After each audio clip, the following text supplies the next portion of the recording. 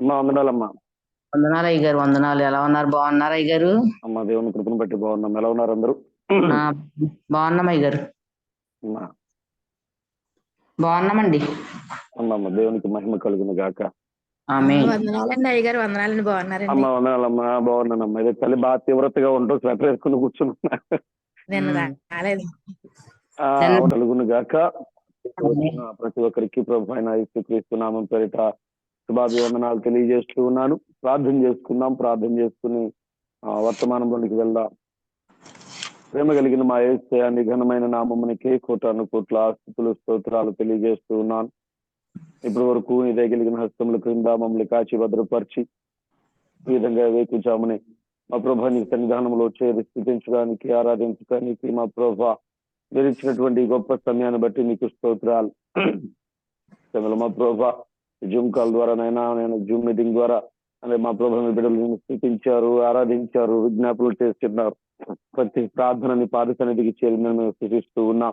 మా ప్రభానైనా వారు చేసిన స్థితుల ద్వారా మీరు మా ప్రభా నీకు ఒక దుర్గమును ఏర్పాటు చేసుకుని స్థితుల పైన మీరు ఆస్తులై ఉన్నారని మేము స్థితిస్తూ ఉన్నాం. ఈ సమయంలో నీ పక్షాన మా ప్రభా వాక్యమును అందిస్తూ ఉండగానైనా మా ప్రభా బోధిస్తున్నాను. నీ చెరుచాటును మరుగుపరుచుకోనండి. నాలో ఉండి నీ బిడ్డలతో మీరు మాట్లాడమని ప్రార్థన చేస్తున్నాను. వినగల చెవులు, గ్రహించగల హృదయాన్ని ప్రతి ఒక్కరికి మీరు దయచేయమని ప్రార్థన చేస్తున్నాను. వారు వాక్యమును విని గ్రహించకుండా ఎత్తుకుని పోవాలని ప్రయత్నిస్తున్న కార్యక్రియలను యేసు నామములో బంధిస్తూ ఉన్నా. మా ప్రభా మీరే నీ కార్యము జరిగించండి. బోధిస్తున్నాను. నీ చెలుచాటును మరుగుపరుచుకుని నీ ఆత్మ చేత నింపండి. నా సొంత జ్ఞానం చేత, సొంత తలంపులతో, నా సొంత మాటలు నేను ఏమైనా బోధిస్తుంది వ్యర్థం కనుక నీ చిత్తము కానీ ఏ మాట నా నోట రాకుండా కానీ ప్రార్థన చేస్తున్నాను. నన్ను నీకు సంపూర్ణంగా సమర్పించుకుంటూ ఉన్నాను. నీ నామానికే మహిమ పొందుకున్నాను. నీ స్వాధీనంలోకి తీసుకున్నామని యేసు దివ్య నామంలో ప్రార్థించి పెట్టుకుంటూ ఉన్నాను తండ్రి. ఆమేన్. ఆమేన్. మహిమ కలుగును గాక. ఆమేన్. మలాకీ గ్రంథము 3వ అధ్యాయము 17-18 వచనాలు ఒకసారి మనం చదువుదాం. మలాకీ గ్రంథము 3వ అధ్యాయము 17-18 వచనాలు. నేను నియమింపబోవు దినము రాగా వారు నా వారై నా స్వకీయ సాంపత్యమయుందురు. తండ్రి తన్ను సేవించు కుమారుని కనికరించున్నట్లు నేను వారిని కనికరింతునని సైన్యములకు అధిపతి యెహోవా సెలవిచ్చుచున్నాడు. నీతి గలవాడెవరో, దుర్మార్గులెవరో, దేవుని సేవించగలవాడెవరో, దుర్మార్గులెవరో, దేవుని సేవించువారెవరో, ఆయనను సేవించువారెవరో తిరిగి కనుగొందురు. దేవునికి మహిమ కలుగును గాక. ఆమేన్. ఇక్కడ మనం చదివిన లేఖన భాగాన్ని గమనించినట్లయితే తాను నియమింపబోవు దినము రాగా, ఏ దినం అండి అది? నియమించబోవు దినము. ఏ దినము? ఆ దినము ఏదనుకుంటున్నారు మీరు? ఏదైతే రాకడ, ఏదైతే ఆ తీర్పు దినము వచ్చినప్పుడు తండ్రిని సేవించు వారిని కుమారుడు కనికరించినట్లుగా ఆయన మనల్ని కనికరించి ఆ దినమున ఎంతమంది నిజముగా ఆయన్ని నీతిమంతులుగా, యథార్థవంతులుగా ఆరాధించే వారు ఉన్నారో, ఎంతమంది నిజముగా ఆయన్ని సేవించేవారుగా ఉన్నారో లేదనేది మనకి తేట తెల్లమవుతుంది. ఇదేంటంటే సేవించువారు, ఆయనని సేవించువారు పరలోక రాజ్యానికి ప్రవేశిస్తారని మనందరికీ తెలుసు.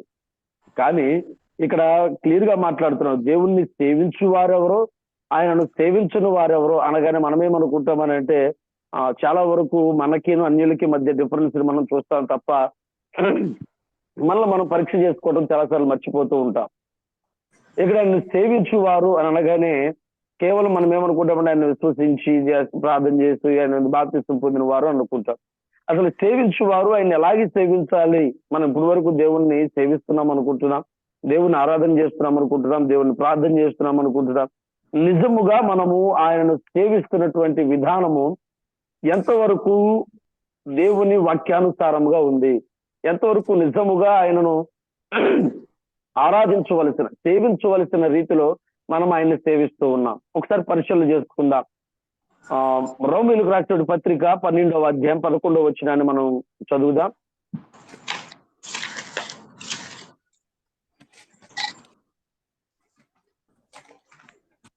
రామాయంతండి 12-11.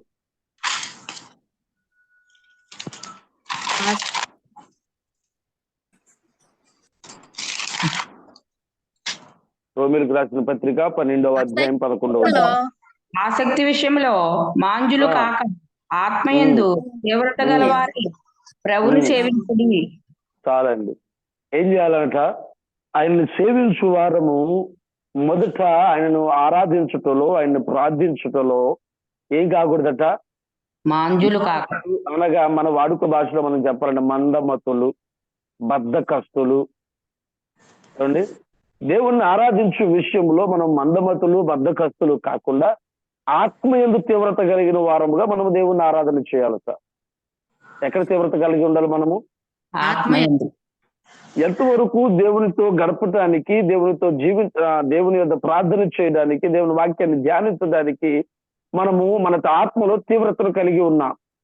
మనం లోకంలో ఉన్న పనులన్నీ చేయడానికి చాలా ఆతృత పడుతూ ఉంటాం.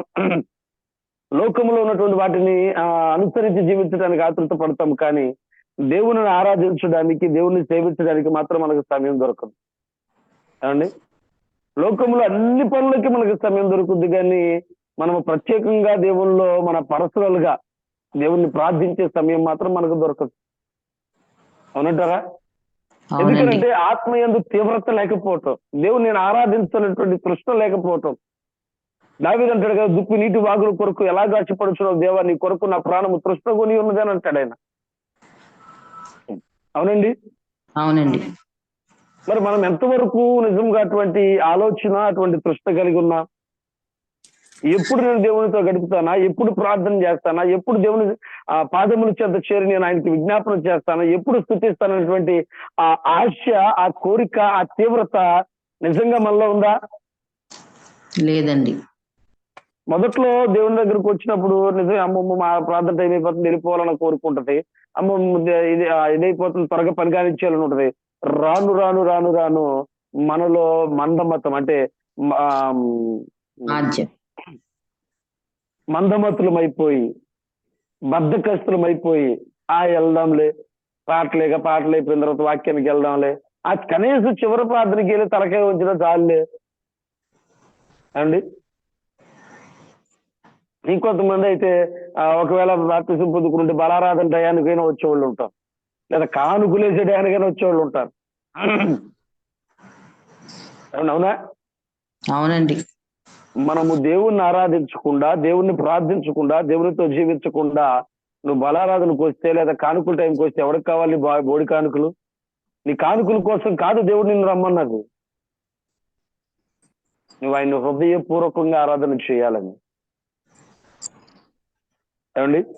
ఎంతవరకు నిజముగా మనం ఆత్మీయందు తీవ్రత కలిగిన వారముగా ఉంటూ ఉన్నాం? చూడండి, యెహోషువ గ్రంథము 22వ అధ్యాయం 5వ వచనంలో,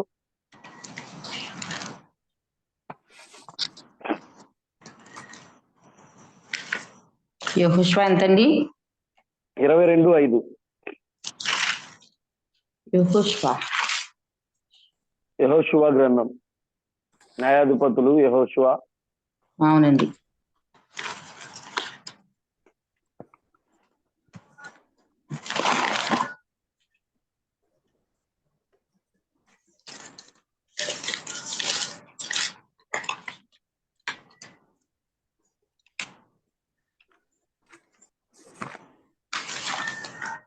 యెహోషువ ఎంత చెప్పండి అయ్యగారు? 22:5 అమ్మా.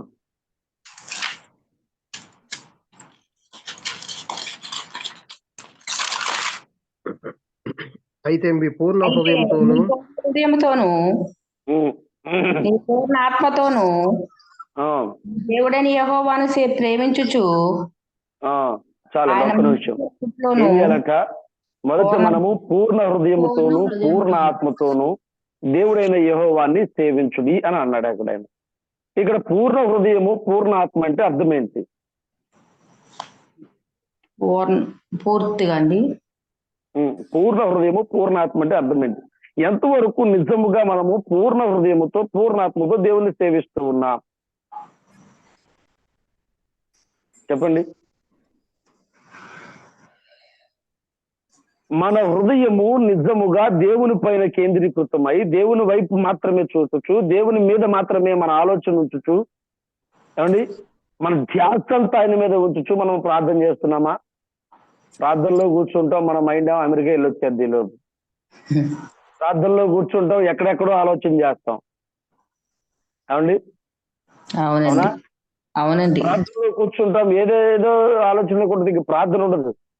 లేకపోతే నలుగురు కూర్చుని ప్రార్థన చేస్తున్నప్పుడు వాళ్ళు ప్రార్థన చేస్తూ ఉంటాం, మనమేమో ఏదో ఆలోచన చేస్తూ ఉంటాం, మనం లేదా ఏదో ప్రార్థన చేస్తూ ఉంటాం. అవునా? నిజంగా హృదయపూర్వకంగా పూర్ణ హృదయముతో పూర్ణ మనస్సుతో మనం ఆయన ఆరాధన చేస్తున్నామా? నిజంగా ఆయన సేవిస్తున్నాం ఆ విధంగా? ఇప్పుడు నేను దేవుని ఆరాధన చేస్తున్నాను, దేవుని సేవిస్తున్నాను, దేవునితో ఉంటున్నాను చెప్పుకుంటున్నాం. మనము ఎంతవరకు నిజంగా పూర్ణ హృదయముతో ఆయన ఆరాధన చేస్తూ ఉన్నాం?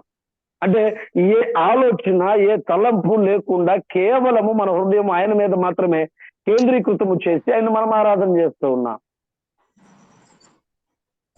ఎంతవరకు పూర్ణ మనసు, మన ఆలోచనలు చెడిపోకుండా, మన తలంపులు పక్కదోవ పట్టకుండా ఎంతవరకు నిజంగా ఆయన ఆరాధన చేస్తూ ఉన్నాం?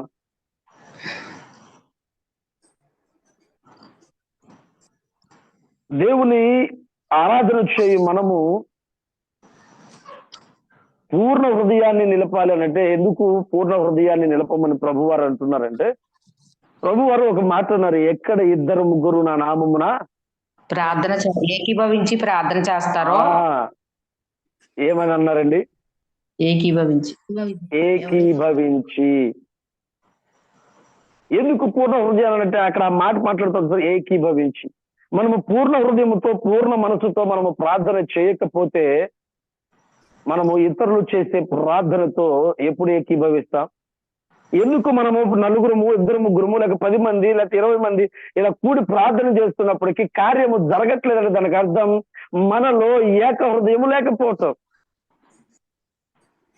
ఒకరు ప్రార్థన చేసినప్పుడు వాళ్ళు ప్రార్థన చేస్తున్నారు కదా, మనం ఏదో ఆలోచనలో మనకిష్టం వచ్చిన ప్రార్థన మనము చేసుకుంటూ హృదయపూర్వకంగా ప్రార్థనలో మనము ఏకీభవించకపోవడంగా, మనస్ఫూర్తిగా ప్రార్థనను మనము ప్రార్థించకపోవడం వలన కార్యాన్ని చూడడం ఆలస్యమవుతూ ఉన్నది.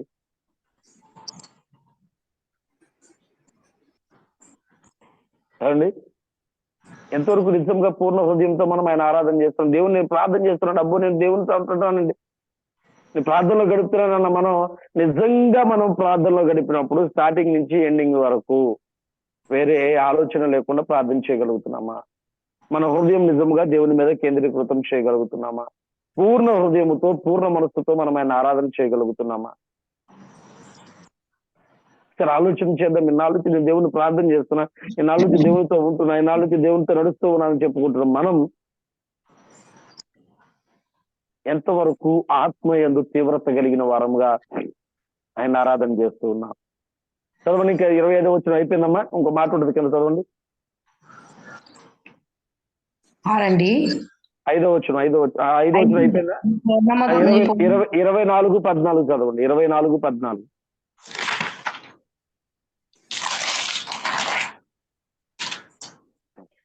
కాబట్టి మీరు యెహోవాయందు భయభక్తులు గలవారై ఆయనను నిష్కపటముగాను సేవించుచు. ఎలా అండి? నిష్కపటముగాను సత్యముగాను సేవించుచు. చాలండి. మనం ఏం చేయాలంటే మూడోది ఒకటి ఆత్మీయ తీవ్రత కలిగిన వారముగా మనం ఆయన ప్రార్థన చేయాలి. రెండవది పూర్ణ హృదయముతోను పూర్ణ ఆత్మతోను ప్రార్థన చేయాలి. మూడవది భయభక్తి కలిగినటువంటి వారముగా ఆయన మనం ప్రార్థన చేయాలి. నిజముగా ఎంతవరకు దేవుని ఆరాధన చేస్తున్న మనము దేవుని యందు భయభక్తులు కలిగిన వారంగా ఉన్నాం? చాలా వరకు మనలో ఏముంటుందంటే, ఉంటే భక్తి ఉంటుంది, లేకపోతే భయం ఉంటుంది, లేకపోతే రెండు ఉండవు మనలో. అనంటారా కాదంటారా? అవునండి. భక్తి ఉన్నట్లుగా మనం అమ్మో దేవా దేవా దేవా అని ప్రార్థన చేస్తాం, కానీ కొన్నిసార్లు ఈ విధానంలో దేవుడు మనల్ని చూస్తున్నాడు అన్నటువంటి భయాన్ని మర్చిపోయి మనకి ఇష్టం వచ్చిన రీతిలో మాట్లాడడము కానీ, ఇష్టం వచ్చిన రీతిలో మనం ప్రవర్తించడము కానీ మనము ప్రార్థనలో ఎదుగుచున్నాము అని అంటే మనము చాలా జాగ్రత్తగా మనం పరిశీలన చేసుకునే వారముగా మనం ఉండాలి. అపవాది మనకి తెలియకుండానే నేను పెద్ద ప్రార్థనా పరుని, లేకపోతే ప్రార్థనా పరురాలని, నేను ప్రార్థనలో ఎక్కువ ఉంటానటువంటి ఆ గర్వాన్ని తీసుకురావడానికి ప్రయత్నం చేస్తాడు. దేవుడు ఏమన్నాడు? తను తాను తగ్గించుకుని వాడు. అవునా? మరి అవునండి. ఆయన చూస్తున్నాడు, నాలో ఈ గర్వం ఏలుబాటు చేస్తే నేను దేవునికి దూరం అయిపోతానేమోనన్న భయం ఉందా? లేక కొన్నిసార్లు ఏం చేస్తామంటే ఆ విధానంలో ఎవరో ఒకరు ఏదో ఒక మాట అనేస్తూ ఉంటాం, ఎవరు చూడలేదులే అనుకుంటాం, ఎవరు పట్టించుకోలేదులే అనుకుంటాం. దేవుడు చూస్తున్నాడు, నా ఆత్మీయ స్థితి పడిపోతుంది అని ఏ రోజున గమనించామా? మన నోటి మాటలను కాపుదల చేసుకోవాల్సిన మనము, లేదా నోటికి కళ్ళెము పెట్టుకోవాల్సిన మనము ఏం చేస్తామంటే ఇష్టం వచ్చినట్లుగా ధారాళంగా మాట్లాడేస్తూ ఉంటాం. కారణం దేవుడు చూస్తున్నాడన్న భయము లేకపోవటం, మనం పరిశీలిస్తున్నాడన్న భయము లేకపోవటం. అవునండి. అవునండి. ఎంతవరకు ఆయన్ని భయభక్తులు కలిగి ఆరాధన చేస్తున్నాం. రెండోది నిష్కపటముగా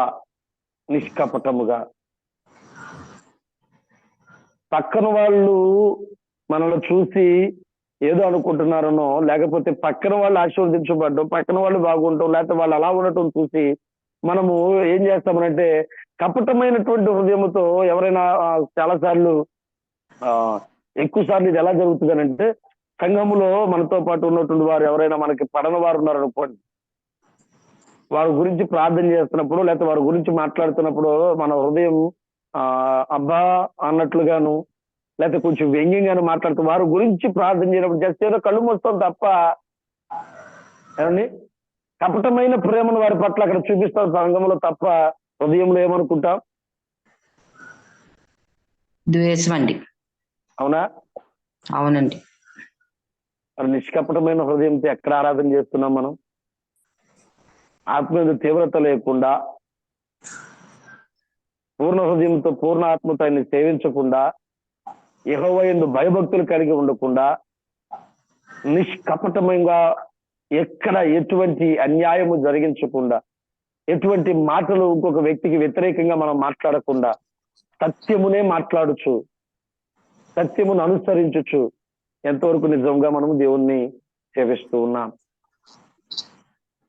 ఆలోచన చేయండి.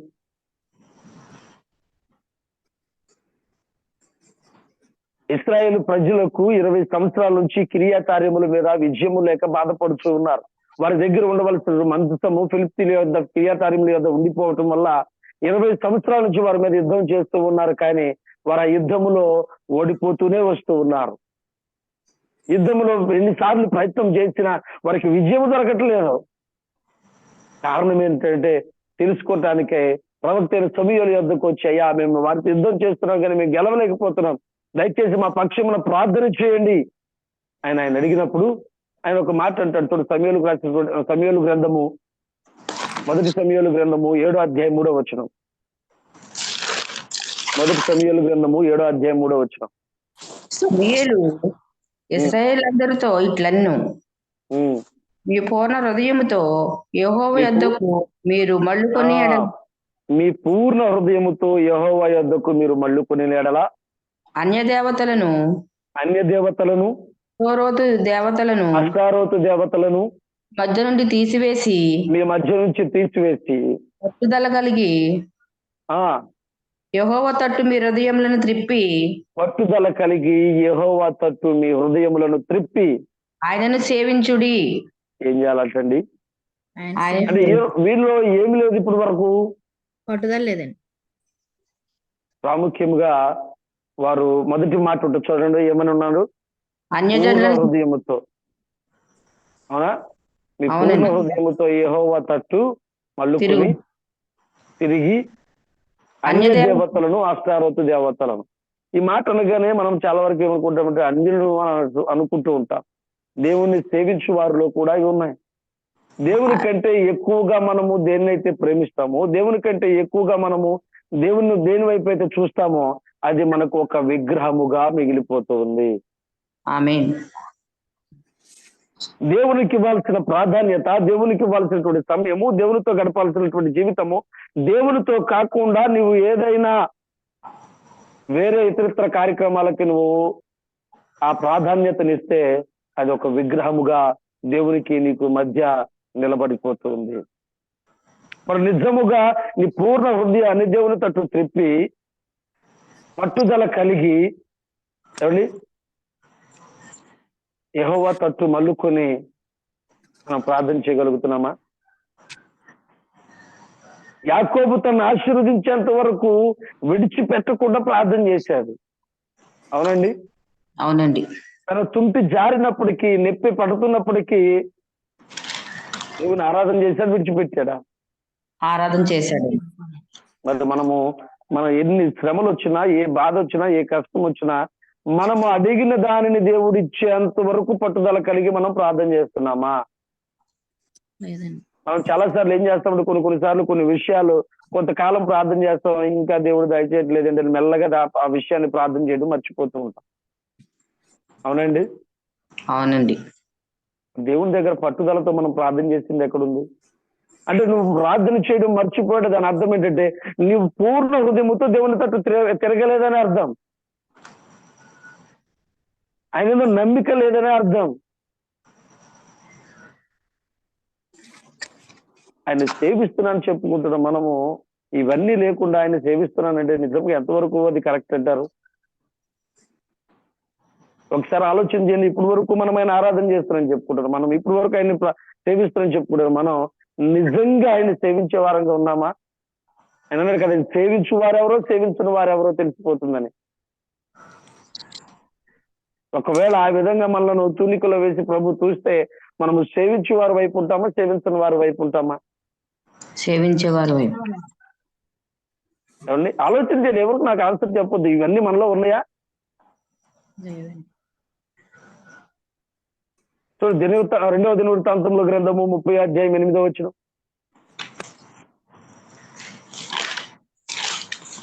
2వ దినవృత్తాంతాలు ఎంతండి? 30 అధ్యాయం 8వ వచనం.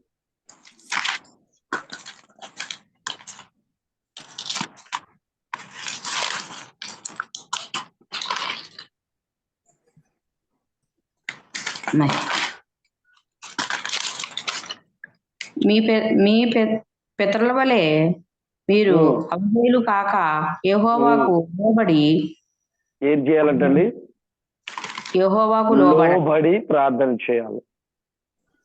ఎంతవరకు నిజముగా దేవుని మాటకు లోబడి, దేవుని మాటకు విధేయతను చూపించి మనం ప్రార్థన చేస్తూ ఉన్నాం? ఆలోచన చేయండి. దేవుని మాటకు లోబడ్డం అంటే అర్థం ఏంటి? వినాలండి, ఆయన మాట వినాలి. వింటూ మాత్రమేనా? విని వాటిని అనుసరించి. అబ్రహాము దేవుని గురించి తెలియనప్పుడు, దేవుడు ఎవరో తెలియనప్పుడు దేవుని స్వరాన్ని విన్నాక విని విడిచిపెట్టలేదు అబ్రహాము. కానీ ఆ మాటకు లోబడి విధేయతను చూపించి నమ్మకం ఉంచి ఆ మాట ప్రకారంగా జరిగించాడు ఆయన. కాబట్టి విశ్వాసులకు తండ్రి అయ్యాడు ఆయన. మరి మనం ఆయన మాట వినగా ఎంతవరకు లోబడుతూ ఉన్నా, దేవుని వాక్యమును వినగా ఎంతవరకు మనము దేవునికి విధేయతను చూపిస్తూ ఉన్నాం, ఎంతవరకు ఆ మాట ప్రకారంగా మనము చేయడానికి సిద్ధపడుతూ ఉన్నాం? అబ్రహాము దేవుని గురించి తెలియనప్పటికీ దేవుడు తనకు చెప్పిన పనిని చేయడానికి ఎక్కడా సందేహించలేదు. ఏం చెప్పాడో అది చేయడానికి వెంటనే పూనుకుని ఆ పనిని జరిగించాడు తప్ప. మరి మనం ఏం చేస్తున్నాం? అనేక రకాలైనటువంటి అనుమానాలు, అనేక రకాలైనటువంటి డౌట్స్ తో దేవుడు మనకు చెప్పిన పనిని చేయడానికి ఎన్నో విధాలుగా ఆలోచన చేస్తూ ఉంటాం.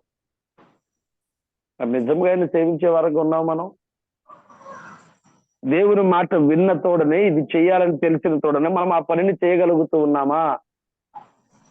అబ్రహాము లోబడినట్లుగా దేవుని మాటకి మనము లోబడుతున్నామా? ఆలోచన చేయండి.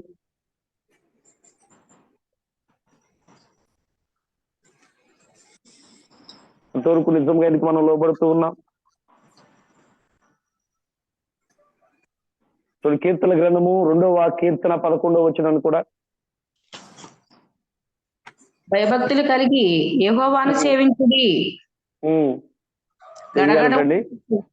భయభక్తులు కలిగి యెహోవాను సేవించాలి. గడగడ వణుకుచు సంతోషించుడి. ఏం చేయాలంటే దేవుని గురించి మనం గడగడ వణికే ఆ అనుభవం ఉందా? దేవుని సన్నిధానమునకు ఆలస్యం అవుతుందనో, లేకపోతే దేవుని ప్రార్థనకు ఆలస్యం అవుతుందనో, దేవుణ్ణి ఆరాధిస్తున్నాం మనము. దేవుని చాలా మంది ఇక్కడ ఉన్నటువంటి వాళ్ళ పరిచయంలో ఉన్నటువంటి మనము నిజముగా దేవుని యందు భయభక్తులు కలిగి గలగల ఉరికే వారంగా మనం ఉన్నామా? ఆలోచించేద్దాం. చెప్పిన సమయానికి మనము ఎప్పుడు ప్రార్థనకి వెళ్ళాం? ఎవరైనా ఎక్కడికైనా ప్రార్థన చెప్పిన టయానికి మనము కరెక్ట్ గా టయానికంటే ముందున్నామా? ఆలోచన చేసుకున్నాక ఎవరు ఆన్సర్ చెప్పొద్దు.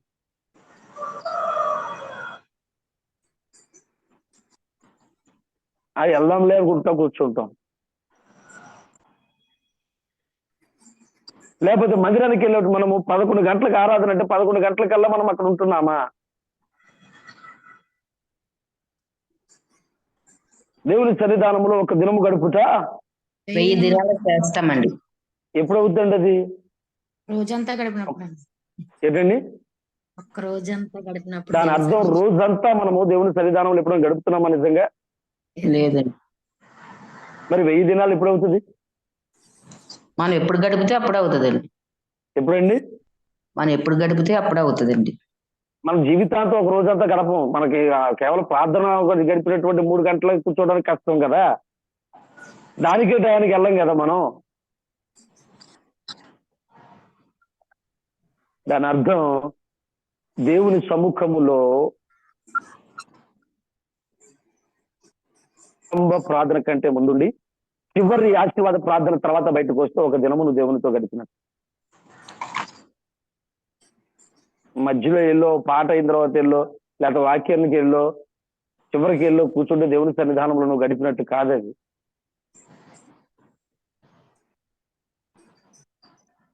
కాబట్టి ప్రారంభ ప్రార్థన కల్లా మనం అక్కడ ఉండాలి. ఇంకోటి సేవకులకు ఉండటం, మనము ఖచ్చితంగా మనం వెళ్ళాకేగా ప్రార్థన ప్రారంభించేది అని చెప్పి మనకి ఇష్టం వచ్చిన టైం కాదు, అక్కడ అన్న టయానికి మనం అక్కడ ఉండాలి. మనం ముందే అక్కడ ఉండాలి. ఎందుకంటే మందకు మాదిరిని చూపించవలసిన వారం మనం. సమయం అయిపోతున్నటువంటి ఆ ఆతృత, లేకపోతే సమయం అయిపోతున్న భయపడుతూ ఆ గడగడ వణుకుతూ దేవునికి ఆరాధన చేసే వారంగా మనం ఉన్నామా? ఎందుకంటే సమయమును పోనీక సద్వినియోగపరచుకుని అన్నాడు ప్రభు. ఒకవేళ నువ్వు అరగంట ఆలస్యం చేసావు, ఈ అరగంటలో ఏమో ప్రభు నీ ద్వారా ఎవరితో మాట్లాడాలనుకున్నామో అక్కడ ఒకవేళ ఆ అరగంటను వాళ్ళతో మాట్లాడకపోవడం వల్ల అక్కడ ఏదైనా జరగవచ్చు.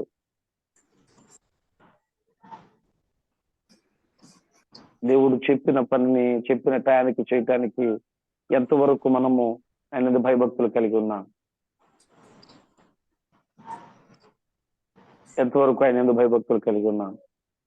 ఇవేమీ లేకుండా దేవుణ్ణి మనము సేవిస్తున్నాము, దేవుని ఆరాధన చేస్తున్నాము, దేవుణ్ణి వెంబడిస్తున్నామని చెప్పుకుంటే అది ఎంతవరకు కరెక్ట్ అంటారు? దేవుని మాటకు విధేయతను చూపించకుండా, దేవుని వాక్యాన్ని అనుసరించకుండా, దేవునికి లోబడకుండా, పూర్ణ హృదయంతో పూర్ణ ఆత్మతాన్ని సేవించకుండా, ఆత్మీయ తీవ్రత లేకుండా అండి ఎంతవరకు నిజముగా ఆయన ఆరాధన చేస్తున్నామని. అందుకనే దావీదు అని అంటుంటాడు కదా 145వ కీర్తన 18-19 వచనాల్లో, తనకు మొరపెట్టు వారికై తనకి నిజముగా మొరపెట్టు వారికి యెహోవా సమీపముగా ఉన్నాడని ఉంటుంది అక్కడ. ఎందుకు తనకు మొరపెట్టు వారికి అని చెప్పి అనేయచ్చుగా తనకి నిజముగా మొరపెట్టు వారికి అని అన్నాడు ప్రభు అక్కడ? దాని అర్థం మనము నిజముగా ఆయనను ఆరాధించు వారముగా ఉండటం లేదు. కానీ ఎలా ఉంటున్నామో తెలుసా?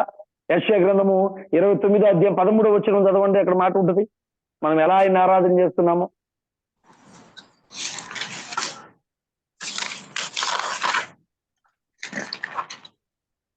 29:13 అండి. అవునమ్మా. ప్రభు ఇలాగ సెలవిచ్చి ఉన్నాడు, ఈ ప్రజలు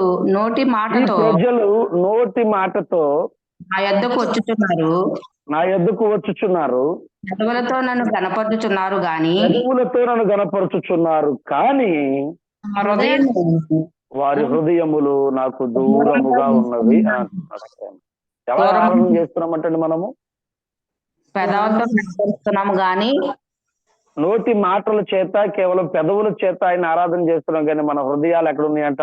దూరముగా. హృదయం ఆయన మీద కేంద్రీకృతము చేయకుండా, పూర్ణ హృదయముతో ఆయన ఆరాధన చేయకుండా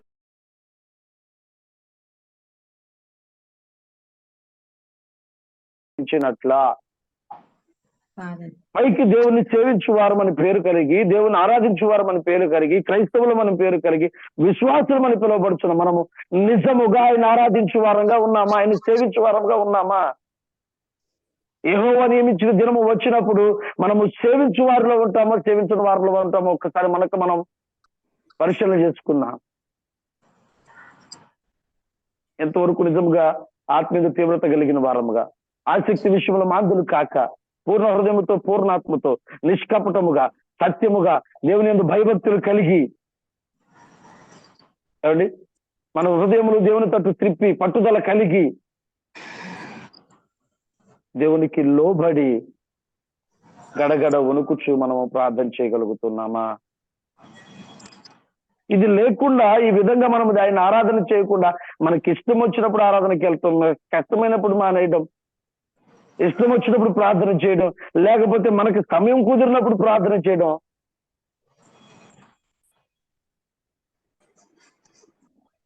లోకంలో మనకి ప్రతి పనిని చేయడానికి సమయం దొరుకుద్ది, కానీ దేవుని పని చేయడానికి మాత్రం, దేవునితో గడపడానికి మాత్రం సమయం దొరకదు.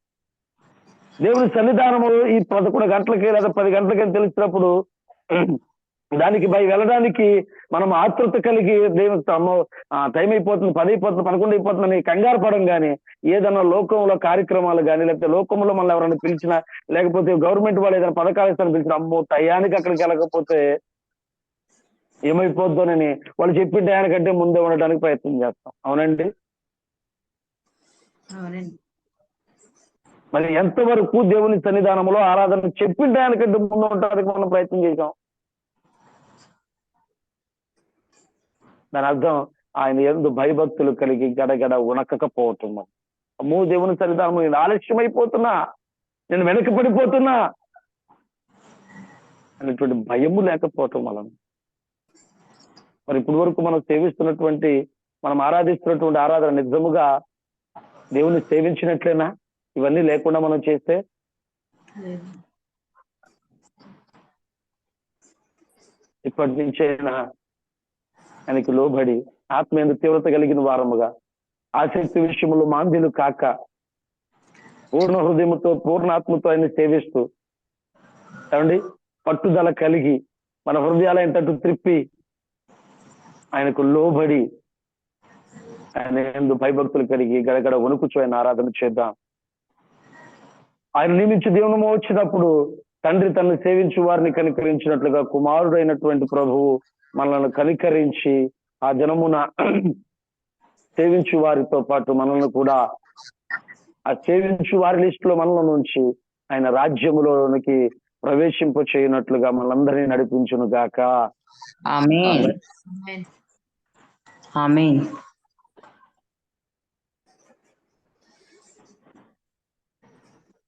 ప్రార్థన చేయండి. ఈలోపు ఒకసారి ప్రార్థన చేయండి.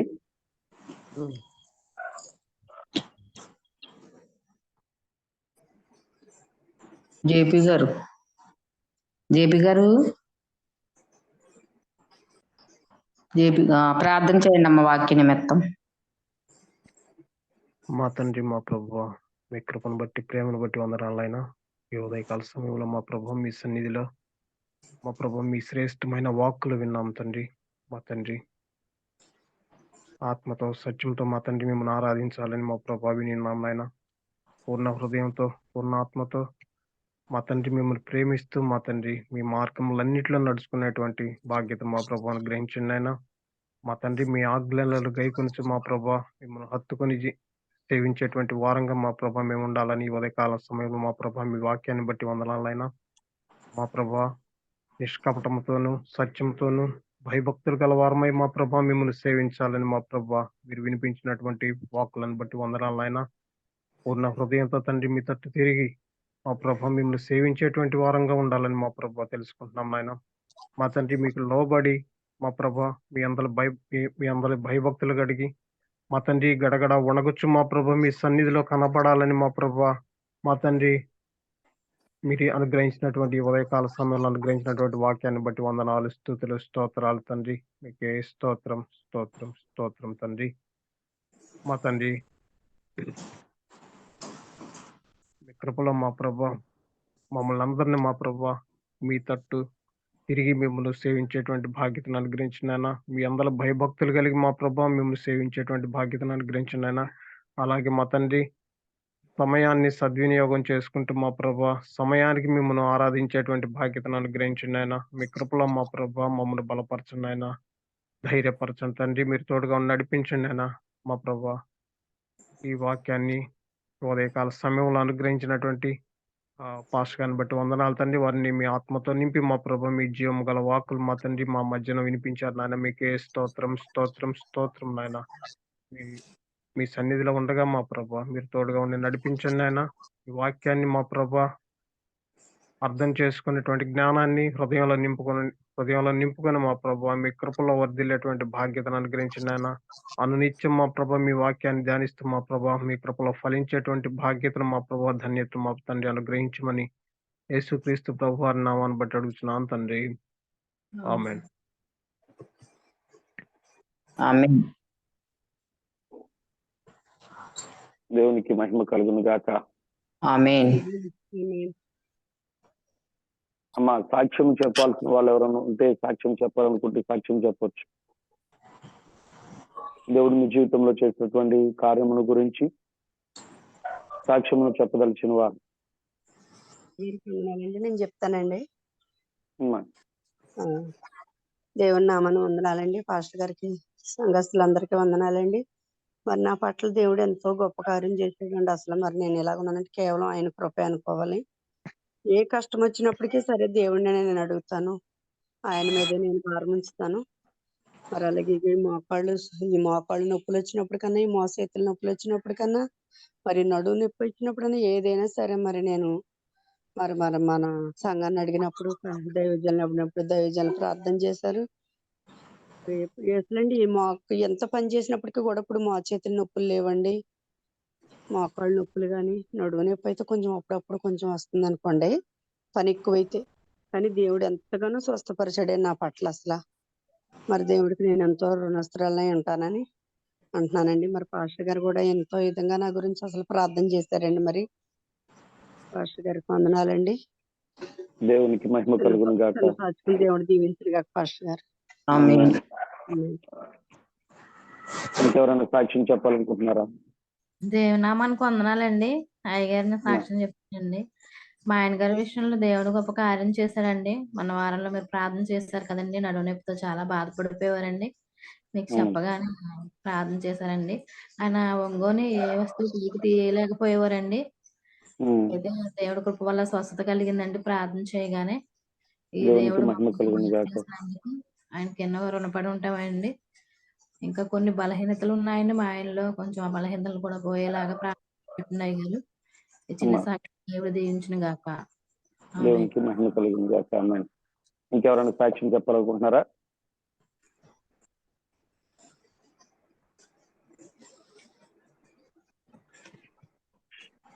వందనాలంటే పాస్టర్ గారికి వందనాలంటే వందనాలు. వారి గురించి ప్రార్థన చేశారండి.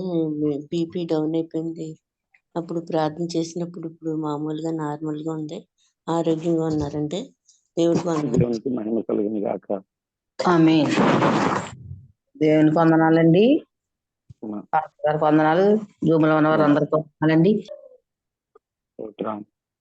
రోజుకు ఒక బలహీనత ఉండేది. ప్రార్థన చేసిన కానీ ఏ బలహీనత లేదు, ఆరోగ్యంగా ఉన్నారండి.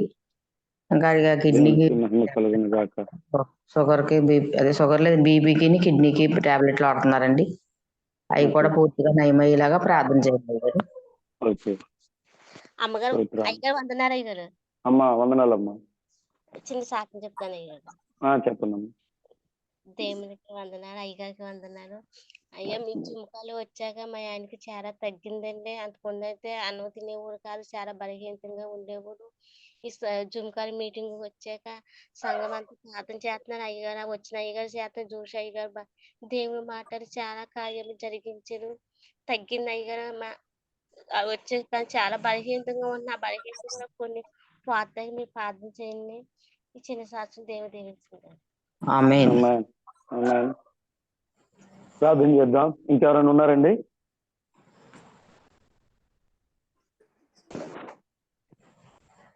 ఇంకెవరైనా సాక్ష్యం చెప్పే వాళ్ళు ఉన్నారా?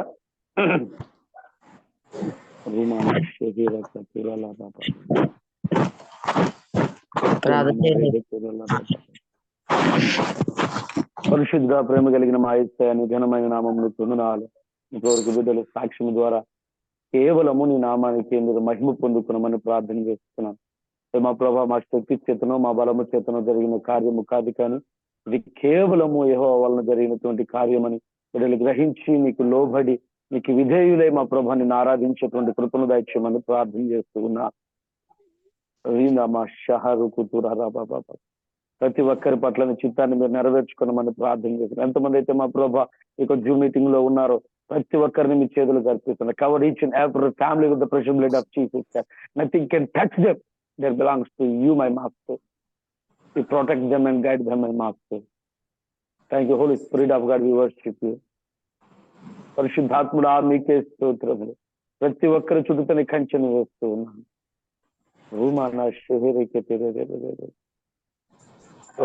బలమైన కార్యములు కుటుంబ సమస్యల నుంచి యేసు నామములో విడుదల కలుగునుగా కానీ ప్రార్థన చేస్తున్నా. కుటుంబంలో గలిబిడి రేపలను ప్రయత్నిస్తున్న కార్యక్రియలు యేసు నామములో బంధిస్తూ ఉన్నాను.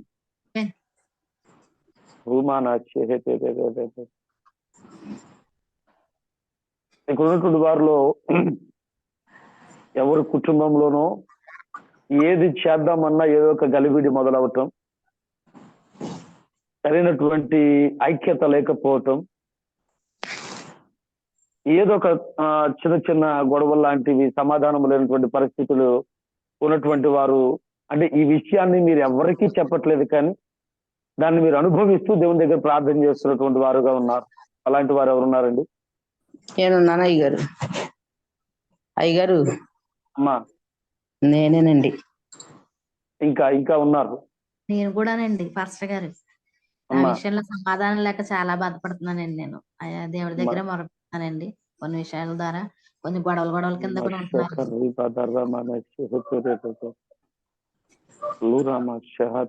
ఇంకెవరైనా ఉన్నారా? అయ్యగారు నేను కూడా ఉన్నానండి. చాలా గొడవల కింద, అదే కూతురు అల్లుడు వాళ్ళ కుటుంబం గురించి ఏదో ఒక సమస్య, ఏదో ఒక గొడవలమ్మ.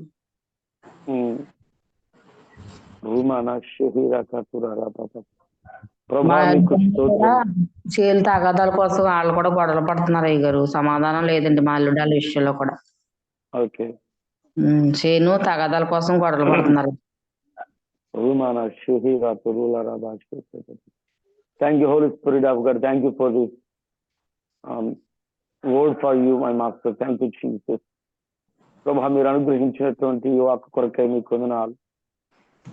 ఎవరెవరైతే మా ప్రభా వారి జీవితంలో ఈ పరిస్థితులు గుండా మేము వెలుచున్నామని చెప్పి ఉన్నారు, యేసు నామములో ప్రతి సమస్య, ప్రతి శోధన, ప్రతి గలిబిడి విడిచిపోవునుగా కానీ ఆజ్ఞాపిస్తున్నా.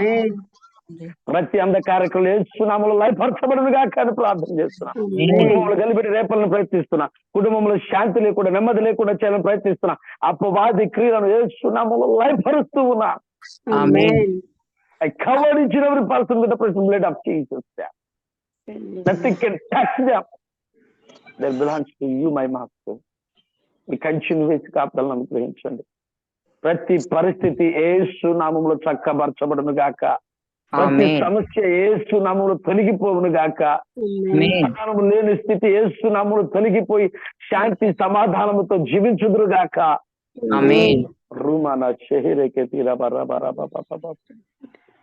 ప్రతి ఒక్కరి పట్ల చిత్తాన్ని మీరు నెరవేర్చుకోండి. పైకి చెప్పలేని మనోవేదనతో కృంగిపోతూ ఉన్నారు ప్రభువా. ఎవరికి చెప్పాలో తెలియని పరిస్థితుల్లో మా ప్రభువా వేసారిపోతూ ఉన్నారయ్యా.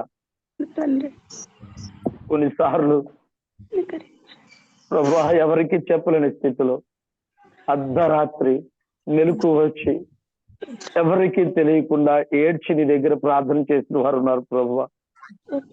నా పరిస్థితి లేదు, నా కుటుంబ పరిస్థితి ఇంతేనా, నా జీవితం ఇంతేనా ప్రభువా, ఇక నా జీవితంలో నా కుటుంబంలో మార్పు రాదా అని నీటి పర్యంతమై నీ యొద్ద మా ప్రభు ఎవరికీ తెలియకుండా రాత్రి కాలం అందరూ పడుకున్న తర్వాత ప్రార్థించిన వారు ఉన్నారు. అవునమ్మా, ఉన్నారా? వారు చేసిన ప్రార్థన ఈ సముఖమందు ఉన్నది. మరి త్వరలో దానికి ప్రత్యుత్తరం ఇవ్వబోచున్నందుకు స్తోత్రాలు తెలియజేస్తూ ఉన్నా. మీరు వారి విషయంలో, వారి కుటుంబాల విషయంలో జోక్యమును కలిగించుకుని ప్రతి సమస్య నుంచి విడుదల దయచేసి, ప్రతి శోధ నుంచి విడుదల దయచేసి, లేని స్థితి నుంచి విడుదల దయచేసి, మా ప్రభు ప్రేమ, ఐక్యత, సమాధానము కలిగిన కుటుంబములుగా మార్చబడునుగా కానీ ప్రార్థన చేస్తున్నాం. ఈ బలమైన కార్యాన్ని జరిగించమని రుందానామా మీరే బలము పొందుకున్నామని సమస్తమును మీ చేతులకు అర్పిస్తూ మరొకసారి మా ప్రభా యొక్క జూమ్ మీటింగ్ ను నడిపిస్తున్నటువంటి విక్రపాల్ గారిని, అలాగే సంధ్యమ్మ గారిని, మా ప్రభు ప్రతినిత్యము ఈ మీటింగ్ లో కలుస్తున్నటువంటి ప్రతి ఒక్కరిని మీరు దీవించండి, ఆశీర్వదించండి. మీ పరలోక సంబంధమైన ప్రతి విధమైన ఆత్మీయ ఆశీర్వాదముల చేత మా ప్రభా మీ బిడ్డలు మీరు దీవించి, మీరు ఆశీర్వదించి, మా ప్రభా నిన్ను సేవించు వారి మా ప్రభా వారితో పాటు మేము ఉంటూ నీ సన్నిధానములో, నీ రాజ్యములో ప్రవేశించు వారినిగా మమ్మల్ని ఉంచమని యేసు దివ్య నామములో ప్రార్థించి పెడుకుంటూ ఉన్నాను తండ్రి. ఆమేన్. ఆమేన్. వందనాలండి పాస్టర్ గారు. అమ్మ వందనాలు. వందనాలు పాస్టర్ గారు. వందనాలండి. వందనాలు పాస్టర్ గారు. వందనాలమ్మా. వందనాలండి పాస్టర్ గారు. అమ్మా వందనాలండి. వందనాలమ్మా. వందనాలు అయ్యగారు. అమ్మా స్తోత్రములు తండ్రి. ఇది ఆస్తులు ప్రభు ఇంతవరకు నీ వాక్యం ద్వారా తండ్రి ఎంతగానో బలపరిచారయ్యా. అయ్యా నీ బిడ్డలందరి కోసము తండ్రి దేవ ప్రార్థన కూడా చేశారయ్యా. నీకు వందనాలు, స్తోత్రములు, స్తోత్రములు, స్తోత్రములు తండ్రి. అయ్యా జూమ్ కాల్ నడిపిస్తున్న అన్ని గారిని దీవించండి, అలాగే సంజమ్మ గారు ప్రభు దీవించండి, నీ దాసులను ప్రభు ఆశీర్వదించండి. అయ్యా జూమ్ కాల్ ఉన్న తండ్రి నీ బిడ్డలందరినీ పేరు పేరున మీరే దీవించి ఆశీర్వదించి మీ కృపంచి తోడుగుంటూ నడిపించండి ప్రభు. స్తోత్రములు, స్తోత్రములు తండ్రి. మీరే దీవించి ఆశీర్వదించి మహిమ పొందమని యేసయ్య పరిశుద్ధ నామం అడిగి వేడుకొనిచున్నాము తండ్రి. ఆమేన్. మన తండ్రి అయిన దేవుని ప్రేమ, కుమారుడైన యేసుక్రీస్తు యొక్క కృప, పరిశుద్ధాత్మిక నిత్య సహవాసం ఇక్కడ కూడిన మనకును, లోకంలో ఉన్న సకల పరిశుద్ధులకును, ఈ విధంగా ప్రతి నిత్యము జూమ్ మీటింగ్ ద్వారా దేవుని ఆరాధిస్తున్నటువంటి ప్రతి ఒక్కరిని, నడిపిస్తున్నటువంటి ప్రతి ఒక్కరికి సదాకాలము తోడై ఉండి నడిపించును గాక. ఆమేన్.